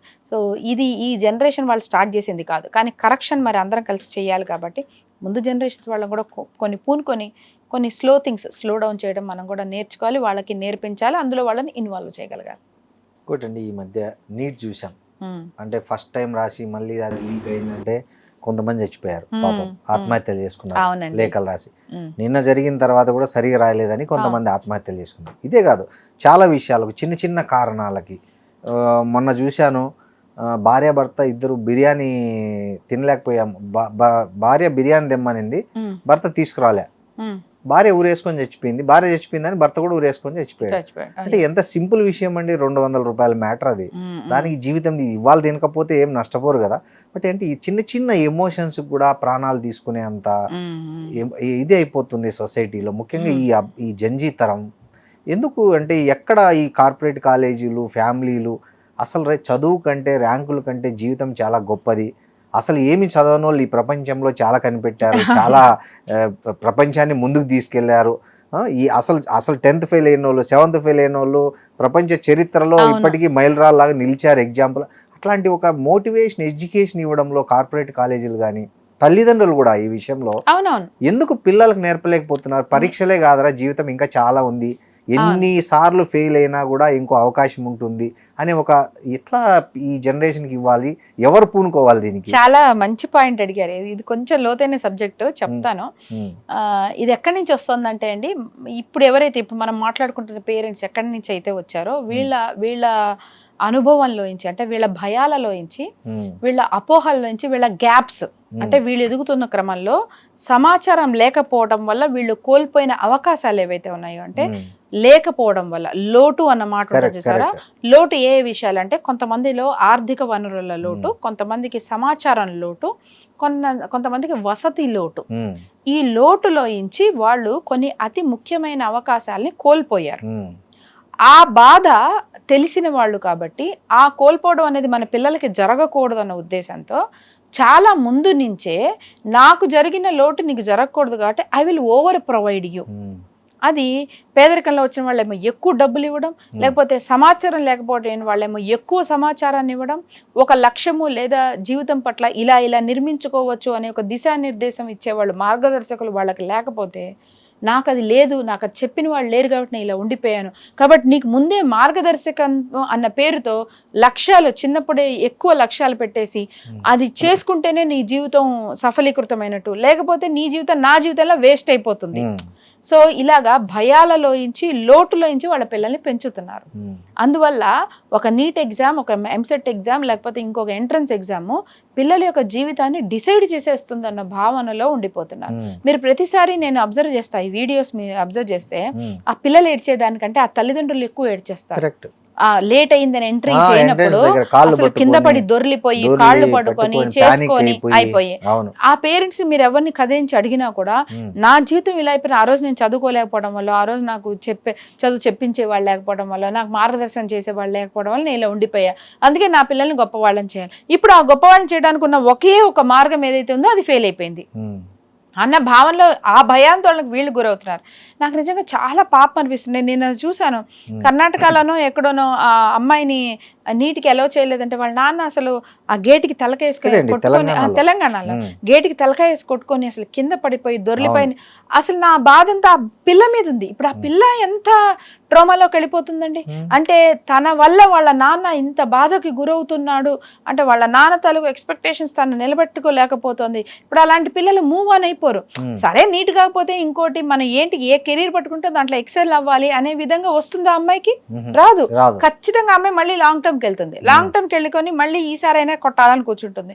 ఇప్పుడు లాంగ్ టర్మ్ ఆ అమ్మాయి మొదలుపెట్టిన day 1 నుంచి లాస్ట్ టైం అయినట్టుగా అవ్వకూడదు, లాస్ట్ టైం మా నాన్న బాధపడ్డట్టు అవ్వకూడదు, ఈసారి ఇంత కష్టపడి 1 year పెట్టుకున్నందుకు కానీ ఇంకా కంపల్సరీ దీన్ని కొట్టాలి, దాంతో ప్రెషర్ అయిపోతుంది. ఆ అమ్మాయి కర్మగాలి వచ్చే సంవత్సరం ఆ ఎగ్జామ్ సరిగా రాయలేదు అనుకోండి, ఇప్పుడు ఆ అమ్మాయి ఇంతకాలం నా టైము, నా ఎఫర్ట్, మా నాన్న ఎక్స్పెక్టేషన్స్ అన్ని వేస్ట్ అయిపోయాయి అనే దానికి మళ్ళీ ఆ అమ్మాయి కూడా ఎమోషనల్ గా బతకడం అనే భావన రావట్లా. సో మన ఆశలు పిల్లల మీద ప్రెషర్ అయిపోకూడదు. మార్గదర్శకం ఇవ్వడం వేరు, నేను చెప్పిన మార్గదర్శకం అంటే నాకు తెలియని సమాచారాన్ని నీకు అందిస్తున్నాను, ఆ దారిలో నీకు వెళ్తే మంచిదే అని చెప్పడం వేరు. ఈ దారిలో వెళ్ళకపోతే నువ్వు ఫెయిల్ అయిపోతావు, నీ ఫెయిల్యూర్ కి మళ్ళీ నేను ఉండి కూడా నువ్వు ఫెయిల్ అవ్వడం అనేది నా ఫెయిల్యూర్, కాబట్టి నేను ఫెయిల్ అవ్వను, నిన్ను ఫెయిల్ అవ్వనివ్వను అనే టైప్ ఆఫ్ ప్రెషర్ పెట్టడం వల్ల ఇలాంటి ప్రాబ్లమ్స్ బాగా వస్తున్నాయి. ఇది ఎందువల్ల అంటే వాళ్ళది పూర్తిగా తప్ప అంటే తప్పు కాదు, ఎందుకంటే ఆ జనరేషన్లో కొంతమందికి చదువుకోవాలన్నా ఫీజులు కట్టేవాళ్ళు లేకపోవడం, లేకపోతే ఒక ఊరికి దగ్గరలో అసలు పెద్ద కాలేజీలు లేకపోవడం, మరో సిటీకో మరో స్టేట్కో వెళ్ళి చదవగలిగిన కెపాసిటీ లేకపోవడం, చాలా మందికి అసలు మనం చదివిన చదువుకి ఫలన ఉద్యోగాలు ఉంటాయన్న విషయం కూడా తెలియకపోవడం, ఎలా చేయాలో కూడా తెలియకపోవడం, ఇలాంటివన్నీ మన అనుభవాలు ఉన్నాం కాబట్టి మన ప్రెజెన్స్ లో మన పిల్లలకు అలాంటి ఇబ్బందులు ఉండకూడదు అన్న భావనలో మార్గదర్శకం కాస్త వాళ్ళ మీద ప్రెషర్ అయిపోతుంది అనమాట. సో ఇక్కడ ఇది వింటున్న పేరెంట్స్ అర్థం చేసుకోవాలి ఏంటంటే మార్గదర్శకం మనం ఇవ్వాలి, కానీ ఎవరి జర్నీ వాళ్ళదే. వాళ్ళ అడుగులు అంటూ నేర్చుకున్న తర్వాత వాళ్ళ అడుగులు వాళ్ళు వేస్తూనే ఉంటారు. మనం వాళ్ళతో పాటు పరిగెత్తేస్తూ వాళ్ళని చేయలేము, అలానే వాళ్ళకంటే ముందు పరిగెత్తేసి అక్కడ ఉండి ఇటు రా అని చెప్పలేము. ఎవరి జర్నీ వాళ్ళది. మనం ఒక రూట్ మ్యాప్ వేయడం, దాని యొక్క ముఖ్య ఉద్దేశం చెప్పడం, ఎప్పటికప్పుడు వాళ్ళు అందులో వెళ్తున్నారా లేదా మనం బయట ఉండి గైడ్ చేయటమే తప్ప అల్టిమేట్లీగా వాళ్ళ జర్నీ వాళ్ళకు అనేది ఉంటుంది. అండ్ అసలు భయపడవద్దు, పేరెంట్స్కి అదే చెప్పేది. ఇప్పుడున్న ఫీల్డ్ ఎలా ఉందంటే, ఇప్పుడు బయట ప్రపంచం ఎలా ఉందంటే, మీరు ఏదైనా పట్టుకోండి, దాంట్లో బాగా చేస్తే చాలు అద్భుతంగా సంపాదించగలిగిన, పేరు రాగలిగిన, ఒక గ్యారంటీ ఉండగలిగిన మంచి ప్రపంచంలో ఉన్నాం మనం. ఇప్పుడు ఆ మంచి ప్రపంచంలో ఉన్నాం. మీ దగ్గర బాత్రూమ్లు కడిగే వాళ్ళు 10 మంది ఉన్నా కూడా మీరు ఒక అర్బన్ కంపెనీ లాంటి ఒక కంపెనీ పెట్టేసేసుకొని వాళ్ళు కోట్లు సంపాదిస్తున్నారు. ఇప్పుడు ఏం పని తక్కువ, ఏం పని ఎక్కువ? ఏ పని తక్కువ కాదు, కూరలు తరగడానికి వస్తారు వాళ్ళు గంటలకి. తెలుసా అండి, ఇక్కడ ఇప్పుడు ఎంత శ్రీనగర్ కాలనీ ఇక్కడ హైదరాబాద్ లో ఫ్లెక్సీలు వేసారు, హోమ్ నీడ్ 10 minutes లో వస్తారు, మీకు ఏమన్నా కావాలంటే చేసేసి వెళ్ళిపోతారు. అంతే. ఒక 20 మంది పని మనుషులను పెట్టుకుంటే కూడా 2 లక్షలు వస్తుందండి. ఇప్పుడు అంతకుముందు ఎలా చూపించేవారు మన సినిమాల్లో కూడా, ఏమీ కాక జీవితంలో చితికిపోయిన ఒక లేడీ, భర్త వల్ల మోసపోయిందో, భర్త పోయిన లేడీ ఏం చేయాలంటే ఇంకేమీ చేయలేక అప్పుడు మిషన్ కుడుతుంది. ఆ మిషన్ కుట్టి పిల్లల్ని పెద్దవాళ్ళని చేస్తుంది. అలా చూపించేవారు, అంటే ఏమీ లేనేమో మిషన్ కుడుతుంది అని. కానీ ఇప్పుడు టైలరింగ్ కూడా ఎంత పెద్ద బిజినెస్, అసలు 5 నెలలు 6 నెలలు వెయిట్ చేయాలండి ఎంత- జాకెట్ కుట్టించుకోవడానికి. అంటే So, స్కిల్ ఉన్న వాళ్ళ స్కిల్ అది correct, Yes. Skill certification, Yes. Skill and certification and a little bit of your own niche in that one, మనదైన ఒక మార్క్. కరెక్ట్. ఇది అన్ని మళ్ళీ నైపుణ్యాలకు సంబంధించింది. మీకు సర్టిఫికేషన్ అనేది కేవలం 30%, అంతే. దాని నుంచి మిగిలిన 70% కూడా మీ తెలివి, అందులో మీ అప్రోచ్ ఏంటి, మీ డిఫరెన్షియేషన్ ఏంటి అన్న దాని మీదే ఏ పనైనా చేయండి, ఆ పనిలో గొప్పగా అవ్వగలిగిన శక్తి ఉంది. కరెక్ట్. కాబట్టి ఇప్పుడు డాక్టర్లు మాత్రం వేల మంది డాక్టర్లు, సందుకో ఎంతమంది? డాక్టర్ ఉన్నారు. అవును. అయినా మళ్ళీ మనం గూగుల్లో రివ్యూస్ చూసి రేటింగ్స్ చూసేగా వెళ్తున్నాం. మరి పక్కన ఉన్నాయి అందరిది అదే MBBS గా ఎందుకు వెళ్ళడం లేదు? మళ్ళీ వాళ్ళకు కూడా నైపుణ్యం అవసరం అవుతుంది. కరెక్ట్. సో దయచేసి మీ పిల్లలు ఇది చేస్తేనే గొప్ప వాళ్ళు అవుతారు, ఇది చేయకపోతే వేస్ట్ అనేది దయచేసి అలాంటిది పెట్టకండి. ఏది పట్టుకున్నా అందులో తగిన నైపుణ్యము, వాళ్ళదైన డిఫరెన్షియేటర్ అంటే ఎక్స్ ఫ్యాక్టర్. ఏ పనైనా చేయి, నువ్వు ఏ పనైనా చేయి, కానీ ఆ పనిలో నీదైన ఒక మార్క్ ఉండాలి. దాన్ని నువ్వు సంపాదించడానికి నీ వెతుకులాట ఎలా, నీ ప్రయత్నం ఎలా అనే విధంగా మనం మోటివేట్ చేయగలిగితే వాళ్ళని ఏమన్నా తీసుకోండి, వాళ్ళు గొప్ప వాళ్ళు అవ్వగలిగిన మంచి సమయంలో ఉన్నాం. కొంత సమయం ఇప్పుడు correct. At the same time మార్పులు బ్రహ్మాండంగా జరిగిపోతాయి. ఇప్పుడు మనం చూసే సమాజాన్ని అసలు మనం ఇంకో 15 ఏళ్లలో చూడము. ఇంకో 20 ఏళ్ళకి చాలా, ఇప్పుడు నేను అసలు కెమెరాలు పెట్టి పాపం వీళ్ళు ఇక్కడ ఎంత నుంచొని ఉన్నారు, ఇదేం అవసరం ఉండలేదు. మేబీ ఓ స్విచ్ చేస్తాను ఒకటి ఏదైనా మొత్తం ఆటోమేటిక్గా, ఇంకా మీరు ప్రశ్నలు కూడా అడుగుతారో లేదో తెలియదు, నేనే అసలు ఇక్కడ వరకు రావాల్సిన అవసరం కూడా ఉంటుందో లేదో తెలియదు, అంతా మారిపోతుంది, వచ్చేసాయి. సో మెనీ చేంజెస్ జరుగుతాయి. సో అసలు మనం మన పిల్లలకి ఇప్పుడు నేర్పాల్సిందే అది, మార్పు అనుగుణంగా నన్ను నేను ఎలా మార్చుకోగలుగుతాను అంటే update according to the changes happening. మనం పిల్లలకి ఇవ్వగలిగిన ఆస్తి అదే. చాలా పేరెంటింగ్ సెషన్స్లో ఏదో చెప్తాను, మీరు మీ పిల్లలకి ఇవ్వగలిగిన ఆస్తి ఇప్పుడు స్థలాలు కాదు, నగలు కాదు, ఏం కాదు, మారిపోతున్న ప్రపంచానికి తగినట్లుగా మనం ఎలా అప్డేట్ చేసుకుంటూ ఇక్కడ మన అవసరాన్ని, మన ఉనికిని మనం ఎలా నిలబెట్టుకుంటాము అనేదే నేర్పించడమే మనం తల్లిదండ్రులుగా ఇప్పుడు పిల్లలకి మనం ఇవ్వగలిగే గిఫ్ట్. అది మనం ఇవ్వాల్సి వచ్చినప్పుడు దానికి క్వైట్ ఆపోజిట్గా ఈ ఎగ్జామ్ లేకపోతే నీ జీవితం అయిపోయింది, ఇది లేకపోతే నీ జీవితం అయిపోతుంది అంటే మనం ఎగ్జాక్ట్గా ఆపోజిట్ నేర్పిస్తున్నాం. అది కాదు మనం నేర్పాల్సింది. ఏమన్నా అయిపోయింది నీ జీవితం అయినా సరే అక్కడి నుంచి నువ్వు మొదలుపెట్టి చేసి అక్కడి నుంచి నీ ఉనికిని, నీ ప్రాముఖ్యతని, నీ సంపాదనని, నీ వనరుల్ని నువ్వు పెంచుకోవటం ఎలా అనేలాంటి భావజాలాన్ని, అలాంటి ఆలోచన విధానాన్ని మనం నేర్పగలగాలి తల్లిదండ్రులు. అది ఒక్కటి చేస్తే చాలు, అది ఒక్కటి నేర్పిస్తే చాలు. మీ పిల్లలు ఇసుకలో పడేసినా కూడా ఇసుక నుంచి వ్యాపారం ఎలా చేయాలో నేర్చుకుంటారు, సముద్రంలో పడేసినా కూడా ఉప్పినీటి నుంచి ఎలా చేయాలో నేర్చుకోగలగాలి. అలాంటి ఒక నైపుణ్యాన్ని, సంసిద్ధతని మనం నేర్పించాలి తప్ప ఇక్కడికి వెళ్ళకపోతే జీవితం అయిపోయింది, ఈ ఎగ్జామ్ రాయిపోతే జీవితం అయిపోయింది అనే విధానంగా దయచేసి నేర్పించవద్దు. అలా చేస్తున్నారు అంటే ఇప్పుడు మనం చాలా మంది సాఫ్ట్వేర్ వాళ్ళని చూస్తున్నాం, లే ఆఫ్ లో పోయిన వెంటనే చనిపోతున్నారు. ఎందువల్ల? వాళ్ళ జీవితంలో నుంచి చిన్నప్పుడు ఇంజనీరింగ్ చేయాలి, మంచి జాబ్ కొట్టాలి, అక్కడ లొకేషన్లో మనకి వెళ్ళిపోవాలి, ఈఎంఐలు కట్టుకోవాలి, మంచి కార్ కొనుక్కోవాలి, మంచి ఫ్లాట్ తీసుకోవాలి. అంతకుమించి మనం వాళ్ళకి జీవితంలో ఏం నేర్పట్ల, life is bigger than job అనేది నేర్పించట్ల. ఆ జాబ్ పోయేది ఏంటంటే అయిపోయింది, ఇంక మొత్తం నా డ్రీమ్స్ అన్ని కొలాప్స్ అయిపోయి అనుకున్నారు, చనిపోతున్నారు వాళ్ళు. మనం అలాంటి వాళ్ళని తయారు చేయాల్సింది కాదు కదా. ఏదైనా అయిపోయి, నువ్వు రాళ్ళు అమ్మిన చోట పూలు అమ్మిన చోట రాళ్ళు అమ్మాల్సి రావచ్చు, రాళ్ళు అమ్మిన చోట ఇసుక అమ్మాల్సిన అవసరం. అంటే ఈ ఎగ్జాంపుల్ చెప్పాలంటే 20 ఏళ్ల క్రితము ఒక పిల్లాడిని తండ్రి వీడు ఎద్దులు ఎట్లా కట్టాలో, మడక ఎట్లా దున్నాలో తెలియదు, వీడికి నాగలు ఎట్లా దేయాలో తెలియదు అని బాధపడి అవి నేర్చుకోలేదని ఫీల్ అయ్యేటోళ్ళు 20 ఏళ్ల క్రితం. ఇప్పుడు అది నేర్చుకున్నోడికి ఏం పనికి వస్తుంది? సేమ్ ఇప్పుడు తల్లిదండ్రులు మా వాడికి అది రాదు ఇది రాదని బాధపడాల్సిన పని. ఇప్పుడు మీరు ఏది రాదు అనుకుంటారో అది అవసరం ఉండకపోవచ్చు వాళ్ళ జనరేషన్. అసలు అవసరం పడదండి, మొత్తం మారిపోబోతుంది. మొత్తం మారిపోబోతున్నప్పుడు మనకి నిన్నే ఒక వీడియో చేశాను, ఒక రోబోట్ నుంచొని ఈ ప్యాకింగ్ స్కానింగ్ తగ్గ చేస్తున్నమాట. మామూలుగా మనిషి 20 ప్రొడక్ట్స్ స్కానింగ్ చేసే టైంలో రోబో 100 చేస్తోంది. ఆ 100 చేసింది, అది ఎగ్జిక్యూట్ చేసినందుకు అందరు చప్పట్లు కొడుతున్నారు అనమాట చుట్టూ.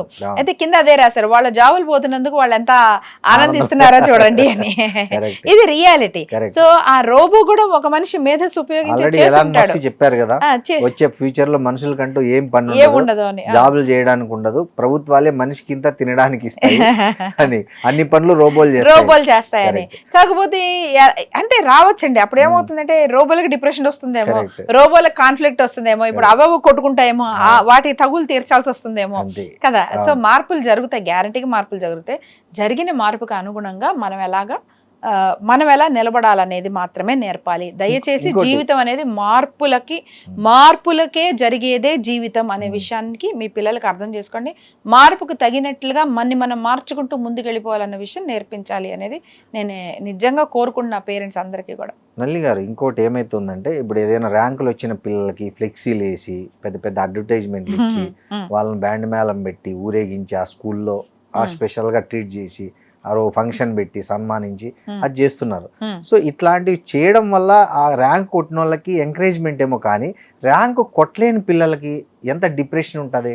అవును అవును. ఇప్పుడు ఏమంటారు, ఇన్ఫీరియారిటీ కాంప్లెక్స్ అది ఉంటది కదా. సో ఇలాంటి కుంగుబాటు వల్ల వాళ్ళు ఇంకా మరింత వెనకబడే ప్రమాదం ఉందంటారా? అంటే అది ఆలోచించట్లేదండి, ఇదంతా బిజినెస్ బ్రాండింగ్ మాట. ఓకే. అంటే ఇప్పుడు మీ ఒక పిల్లాడికి వచ్చింది అనుకోండి, అతనికి బ్యాండ్ మేళం వేసి ఇలా పెద్ద పెద్ద వాళ్ళందరినీ కల్పించేసేసి ఏదేదో చేయడం వల్ల వాళ్ళు అతని మొహం చూపించి ఇంకో 1,00,000 మంది అడ్మిషన్స్ తీసుకుంటున్నారు.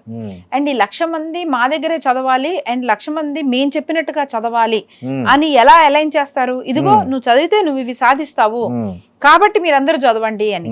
సో అది వచ్చేది ఒకటికే, మిగిలిన 99,999 మందికి రాదు. ఒకడే వస్తుంది ఆ విషయంలో, ఆ 1,00,000లో వాడు ఒక్కడికే వస్తుంది. కానీ ఆ ఒక్కడిని చూపించి ఈ 1,00,000 అడ్మిషన్లు తెచ్చుకోవట్లే వాళ్ళు. ఇదంతా బిజినెస్ అంతే. సో ఆ బ్యాండ్ మేళాలు ఎంతకాలం కొడతారండి? బ్యాండ్ మేళం గంటన్నరే రోజు పొద్దున్నే వచ్చి బ్యాండ్ మేళం కొట్టుకుంటూ కూర్చుంటారా? కూర్చుంటే అప్పుడు హారతిని ఇచ్చిన ఇంటి చుట్టుపక్కల వాళ్ళే న్యూసెన్స్ కేసు పెడతారు. సో అవన్నీ మొమెంటరీ థింగ్స్. సో మళ్ళీ మనది అద్భుతమైన సంస్కృతి అండి, భగవద్గీత ఆలంబనగా చేసుకున్న సంస్కృతి మంది. దేన్నైనా మరీ ఓవర్గా తీసేసుకోవద్దనే చెప్తారు. అది ఆనందమైనా సరే బాధ అయినా సరే ఆ దృక్పథం మనం పిల్లలకి నేర్పాల్సిన స్థాయిలో ఉండి మనమే చిన్న చిన్న వాటికి వాళ్ళని వీరగా పైకెత్తేసి చిన్న తప్పు చేసిన వెంటనే విపరీతంగా వాళ్ళని కిందకి తెంచేసి ఒక సెక్షన్లో ఇప్పుడు ఈ స్టార్ బ్యాచ్లు ఈ సెక్షన్లు ఏవో ఉంటాయి, ఈ ఏ స్టార్ బ్యాచ్ నుంచి ఏ అయిపోయిన వెంటనే అక్కడ లెక్చరర్లు కంగారు పెట్టేస్తారు, ఈ పిల్లల్ని తోటి పిల్లలు కంగారు పెట్టేస్తారు, పేరెంట్స్ కంగారు పెట్టేస్తుంటారు. దాంతో వాళ్ళు ఆ బిల్డింగ్ల మీద నుంచి దూకి పడిపోతుంటారు. ఏకి ఏ స్టార్కి ఒక స్టార్ నీ జీవితాన్ని మొత్తాన్ని డిసైడ్ చేస్తుందా? కాదు కదా అనే ఒక పరిస్థితి. అసలు ఆ స్థితి ప్రజ్ఞత గురువులుగా ఒకప్పుడు గురువులే కదండి ఇవన్నీ నేర్పింది. తల్లిదండ్రులు చదువుకున్నా చదువుకోకపోయినా గురువుల జీవితానికి సంబంధించి ఒక అద్భుతమైన వాల్యూ ఇచ్చేవారు. అలాంటి గురుస్థానంలో ఉన్న వాళ్ళు ఇప్పుడు గురువులుగా లేరు. కేవలం చెయ్యి అంటూ ఈ 10,000 బిట్లు అయిపోయినాయా, దానికి ఇంకో 10,000 బిట్లు ఇస్తాను అని ఒక సప్లయర్స్, పాల ప్యాకెట్ల సప్లయర్ల లాగా వీళ్ళు పేపర్లు వేసేవాళ్ళు, పాల ప్యాకెట్లు పంచేవాళ్ళలాగా బిట్లు పంచేవాళ్ళలాగా అయిపోయారు వీళ్ళు. అంతే తప్ప ఒరే ఇది కాదు, ఇది కాకపోయినా నీకు ఇది ఉంటుంది, నువ్వు ఇది చేయకపోయినా నీకు నువ్వు ఇదే ఎంపీసీ తీసుకో, ఇది రాకపోయినా నీకు ఇది ఉంది, ఈ పని ఉంది, బైపీసీ లేదు, లేకపోయినా కూడా నీకు ఈ రేడియాలజీ ఉంది, ఇలాంటిది ఉంది, ఈ టెస్టింగ్ ఉంది, ల్యాబ్ పనులు ఉన్నాయి, ఇలాంటివి ఉన్నాయి. ఇలా ఎన్ని మనం ఆప్షన్స్ ఇస్తున్నాం, ఇవ్వరు వాళ్ళు. ఎందుకంటే ఇస్తే వాళ్ళ పనులు వాళ్ళ కాలేజీలు మూసుకుపోమప్పుడు చేయరు. ఇదే ముఖ్యం, ఇది కాకపోతే జీవితం లేదు. ఇంకా బైపీసీ తీసుకొని ఇది కొట్టకపోతే నువ్వు తీసుకున్న బైపీసీకే వేస్ట్ అంటారు. మరి మిగతా ఉద్యోగాలు మిగిలిన వృత్తులన్నీ ఎలా కొనసాగుతాయంటే? అందరూ డాక్టర్లే కూర్చుంటే మిగిలిన వృత్తులన్నీ ఎలా అవుతాయి? వాటిలో టెక్నాలజీ పెరగద్దా, వాటిలో రీసెర్చ్ పెరగద్దా, వాటిలో మిగిలిన చేయొద్దా? దానికి వీటి నుంచేగా కావాల్సింది జనాలు. సో మనం ఈ దృక్పథం, ఈ నారో మైండెడ్నెస్, ఈ ఫన్నల్ యాటిట్యూడ్ మనం కూడా తగ్గించుకొని, మీరు అన్నట్టు అది తగ్గించుకోవాలి అంటే ఈ హైప్, గెలిచిన వాడే గొప్ప అనే ఒక హైప్ మనం కూడా తగ్గించాలి. అది వాళ్ళు తగ్గిస్తారని మనం ఎక్స్పెక్ట్ చేయొద్దండి, ఎందుకంటే వాళ్ళది బిజినెస్. వ్యాపారవేత్తలు ఎప్పుడు వ్యాపారంగానే ఆలోచిస్తారు. మన తల్లిదండ్రులకు ఉండాలి ఆ ఓపిక. ప్రతి వాళ్ళకి 1,00,000 మంది పిల్లలు, 10 లక్షల మంది స్టూడెంట్స్, మనవాడు ఒక్కడే కదా, మనమ్మాయి ఒక్కతే కదా. మీ ఊర్లో వాళ్ళని చదివించడానికి వనరులు లేవు, వసతులు లేవు, కాబట్టి మీరు వేరే ఊరికి పంపించి వాళ్ళని హాస్టల్లో పెట్టి చేస్తున్నారు. కానీ పిల్లలు మనవాళ్లే కదా. ఖచ్చితంగా కలిసినప్పుడల్లా కూడాను భోజనం బాగుందా, తినగలుగుతున్నావా మాత్రమే కాదు, ఏం పర్వాలేదు, నీ ప్రయత్నం నువ్వు ప్రయత్నించడం కోసం నువ్వు ఇక్కడ ఉన్నావు, నీ మేధస్సు పెరగటం కోసం, నీ కెపాసిటీ పెరగటం కోసం నువ్వు ప్రయత్నించు. కాదంటే కూడా ఏం పర్వాలేదు, మన ఇల్లు మనం ఎప్పుడు వీఆర్ ఆల్ ద సేమ్, మనం ఎప్పుడూ అది నీ తలుపులు నీకు అలాగే తెరిచి ఉంటాయి. అక్కడి నుంచి మనం ఏం చేద్దామో మనం చేద్దాము అనే విధంగా వాళ్ళు పిల్లలకి కలిసిన ప్రతి ఆదివారం, కలిసిన ప్రతి 15 రోజులకి చెప్పండి. ఎవరు దూకుతారు చెప్పండి? అప్పుడు ఎవరు దూకుతారు? ఇది చెప్పడానికి చదువుతో ఏం సంబంధం? అమ్మ నువ్వు నా కూతురు, నువ్వు ఏదన్నా కానీ నువ్వు నా కూతురువి, నువ్వు నా కొడుకువి. వీళ్ళెవరు స్టారా, ఏ స్టారా, బి స్టార్తో సంబంధం లేదు. కానీ కష్టపడు. మళ్ళీ అందరం వచ్చి ఇక్కడ ఏదో ఒక నిర్ణయం తీసుకొని చేశాం కాబట్టి ఈ డబ్బులకి సద్వినియోగపరిచేలాగా ఎంత చెయ్యి అంతే. నువ్వు పెంచుకుంటూ మెల్లమెల్లగా పెంచుకుంటూ వెళ్ళి అంతకుముందు 100 చేయగలిగితే ఇప్పుడు 150 చేయగలిగే, 150 చేస్తే 200 చేయి. ఎంత మాక్సిమం వరకు నువ్వు పుష్ చేయగలుగుతావు చూద్దాం. దానివల్ల నీ సబ్జెక్ట్ ఇంక్రీజ్ అవుతుంది. రేపు ఏ ఫీల్డ్కి వెళ్ళినా నీ సబ్జెక్ట్ బెటర్ అవుతుంది. ప్రయత్నించు, బ్రహ్మాండంగా ప్రయత్నించు, చూద్దాం మనం ఎంతవరకు రాగలుగుతామో చూద్దాం. వచ్చిందా అద్భుతం, వేరే లెవెల్కి అవుతుంది. లేదా ఇంకో మార్గం 2 ఏళ్ళు లేట్ అవుతుందేమో, 3 ఏళ్ళు లేట్ అవుతుందేమో. అంటే అక్కడికైతే చేరడానికైతే ఎవడు ఆపడు కదా. ఏం పర్వాలేదు, నువ్వు ఏదైనా సరే ఈ 2 ఏళ్ళు నువ్వు హాస్టల్లో ఉండవు. ఎందువల్ల మన ఊర్లో కాలేజ్ లేదు కాబట్టి ఇక్కడికి వచ్చి ఉంటున్నావు అంతే తప్ప నీ జీవితాన్ని ఇక్కడి నుంచి డిసైడ్ చేసి ఇక్కడి నుంచే వెళ్ళేదైతే కాదు. మన ఇల్లు మనము ముఖ్యం అనే విధంగా మాట్లాడి పంపించాలని నేను ఎప్పుడూ పేరెంట్స్ని నేను రిక్వెస్ట్ చేస్తూ ఉన్నాను. అది కాలేజీలు నేర్పాలి.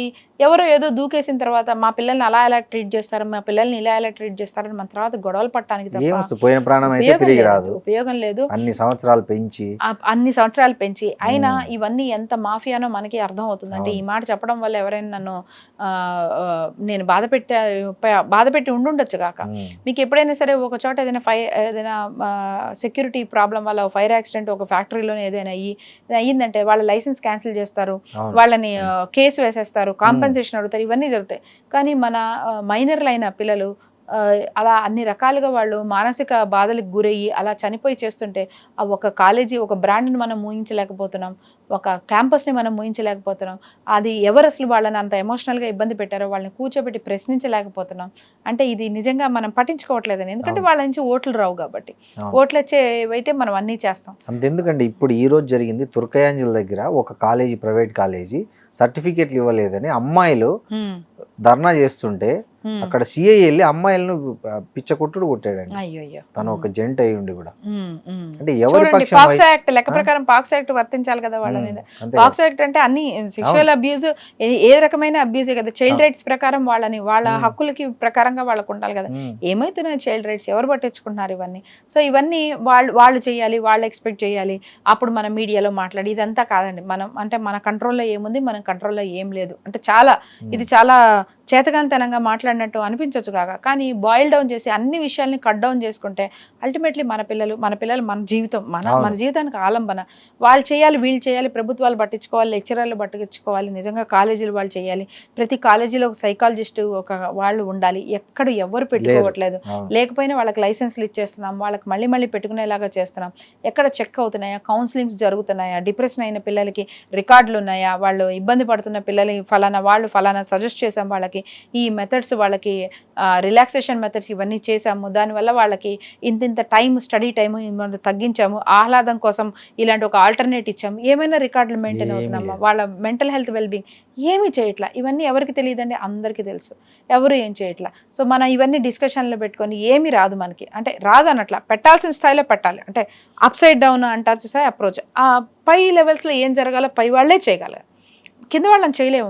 కానీ మౌలికంగా కిందగా మన వరకు ఏం చేయగలుగుతుంటే మన అమ్మాయి, మన అబ్బాయి, అసలు వాళ్ళ చుట్టూనే మన ప్రాణం అంతా తిరుగుతుంటుంది, మన కుటుంబం అంతా ఆధారపడి ఉంటుంది.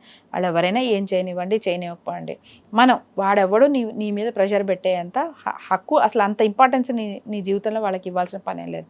మనం ఒక ప్రయత్నం కోసం వచ్చాం, ప్రయత్నించి ఎంత బాగా చేయగలుగుతావు అంత చెయ్యి, లేకపోతే మనం అక్కడి నుంచి ఏం చేసుకుందాం అనే విధంగా వీళ్ళు 15 రోజులకో, నెల రోజులకో కలిసినప్పుడు వాళ్ళ అమ్మా నాన్నలకి చెప్పి చేయగలిగితే, కలిసి అమ్మా నాన్నలకి పిల్లలకి చెప్పగలిగితే కనీసం కొన్ని ప్రాణాలనైనా మనం నిలబెట్టుకోగలుగుతాం. ఇంకోటి నల్లి గారు, ఇందాక మనం పిల్లల మాట వినడం లేదు అనేది మాట్లాడుకున్నాం. అట్లాగే కొంతమంది తల్లిదండ్రులు ఉన్నారు, మేము చెప్పినట్లు వినాల్సిందే, మేము ఏది చెప్తే అది చేయాలి, వాడికి డాక్టర్ ఇష్టం ఉందో లేదో నువ్వు డాక్టర్ కావాలి, వాడి ఇంజనీర్ ఇష్టం ఉందో లేదో నువ్వు ఇంజనీర్ కావాలి, లేకపోతే నువ్వు ఇది చేయాలి, అది చేయాలని పిల్లల మీద రుద్దుతుంటారు, వాళ్ళ ఇష్టాలతో సంబంధం లేకుండా. ఈ హెలికాప్టర్ పేరెంట్స్ ఉంటారు కదా, వీళ్ళు ఏం తెలుసుకోవాలి, వీళ్ళ ఆటిట్యూడ్లో ఎలాంటి చేంజెస్ రావాలి ఇప్పుడున్న జనరేషన్ అనుగుణంగా? ఇది ఎలా చెప్పాలంటే, ఫ్రెడరిక్ అనే ఒక గొప్ప మానసిక శాస్త్రవేత్త, ఆయన ఒకసారి అంటారనమాట, ఒక స్లేవ్ ఉన్నాడని అనుకోండి, ఆ స్లేవ్ ఎప్పుడు తన్ని తాను ఇండిపెండెంట్గా ఫీల్ అవుతాడు, అంటే ఎప్పుడు తను పవర్ఫుల్గా ఫీల్ అవుతాడు అంటే స్లేవ్లో నుంచి బయటకు వచ్చి మాస్టర్ అయినప్పుడు కాదు, తనకో స్లేవ్ దొరికినప్పుడు అని అంటాడు. ఓకే. అంటే ఒక ఒక ఎవరైతే వెట్టి చాకరీ ఒక బానిస. బానిస ఎప్పుడైతే ఉన్నాడో, బానిస యజమాని అయినప్పుడు ఆనందించడం కంటే బానిస తనకో బానిస దొరికినప్పుడు చేస్తాడట. ఆనందిస్తాడు. ఇదే యాటిట్యూడ్ వల్లనే ఇప్పుడు లంచాలు బాగా ఇచ్చిన వ్యక్తి మళ్ళీ లంచాలు తీసుకొని ఒక సిస్టమ్ డెవలప్ చేయడం కంటే కూడా తను ఇచ్చిన లంచాల కంటే డబల్ ట్రిపుల్ మళ్ళీ తన లంచాలు పొందేసినప్పుడు తనకు జరిగిన నష్టం తాలూకు రిపేర్ వర్క్ జరిగినట్టుగా భావిస్తాడట. కరెక్ట్.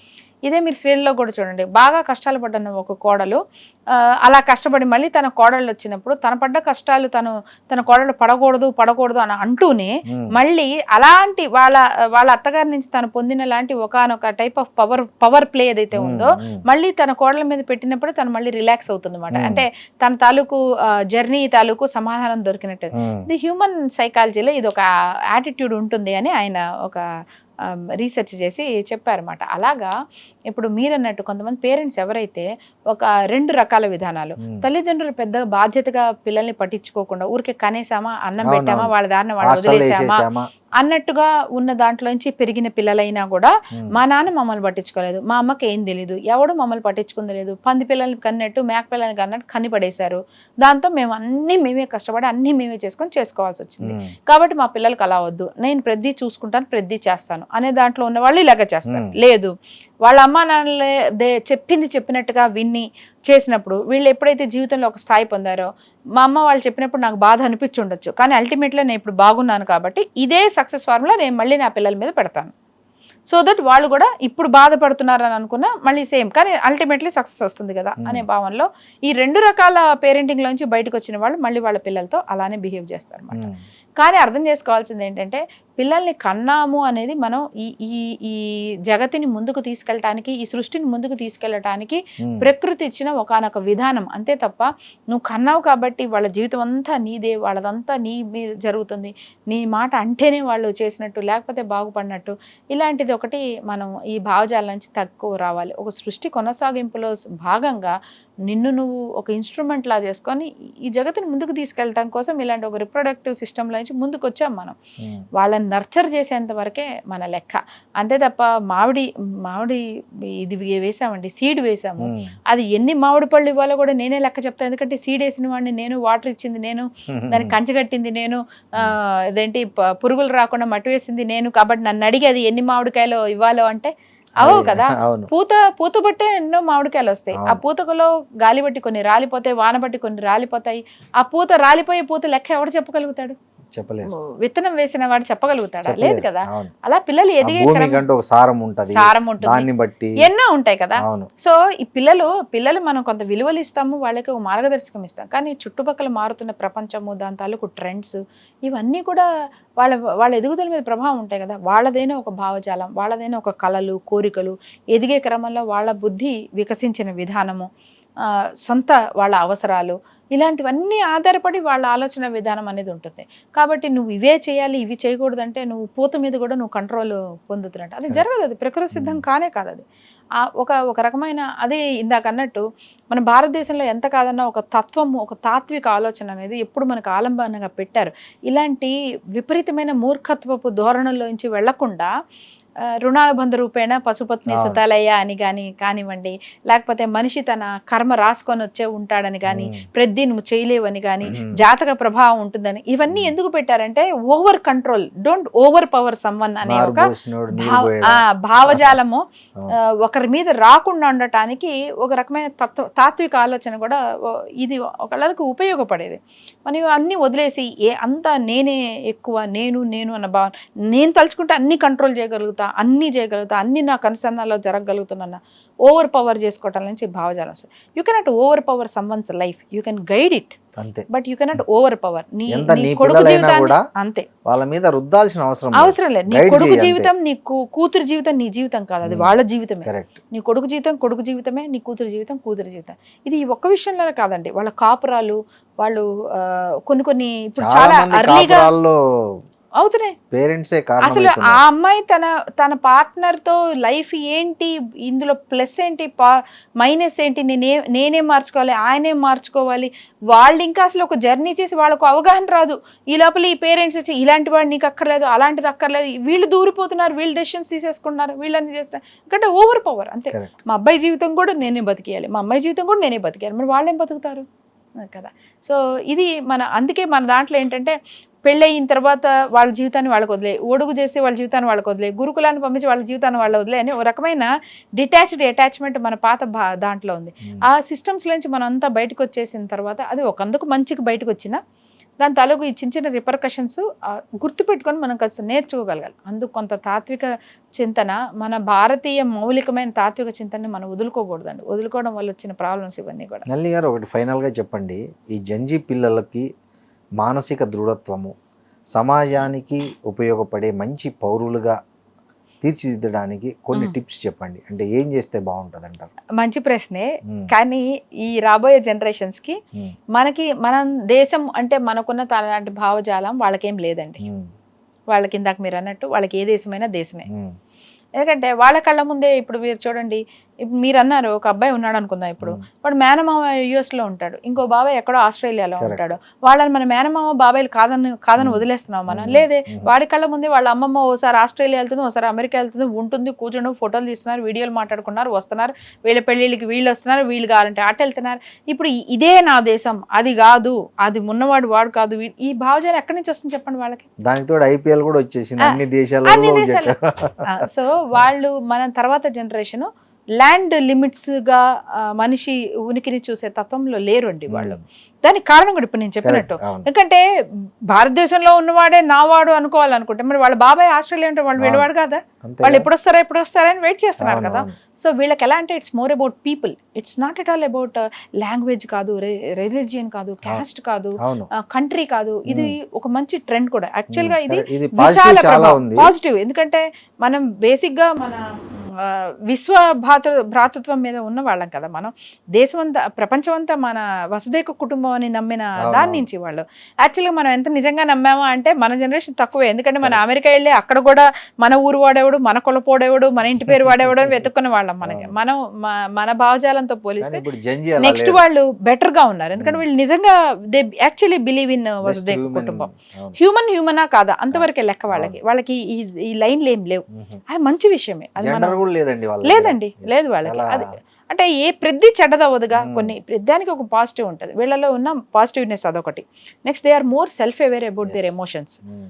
బాధ, కోపం, ఇది నాకు నచ్చిందా నచ్చలేదా, నేను ఇది అప్రిషియేట్ చేసేదా చేయట్లేదా, నా మీద ఇది పాజిటివ్గా పనిచేస్తుందా నెగిటివ్గా పనిచేస్తుందా అనే ఒక స్వీయ అవగాహన ముందు తరాలతో పోలిస్తే ఈ తరం వాళ్ళకి ఎక్కువగా ఉంది. అది కూడా చాలా మంచి లక్షణం.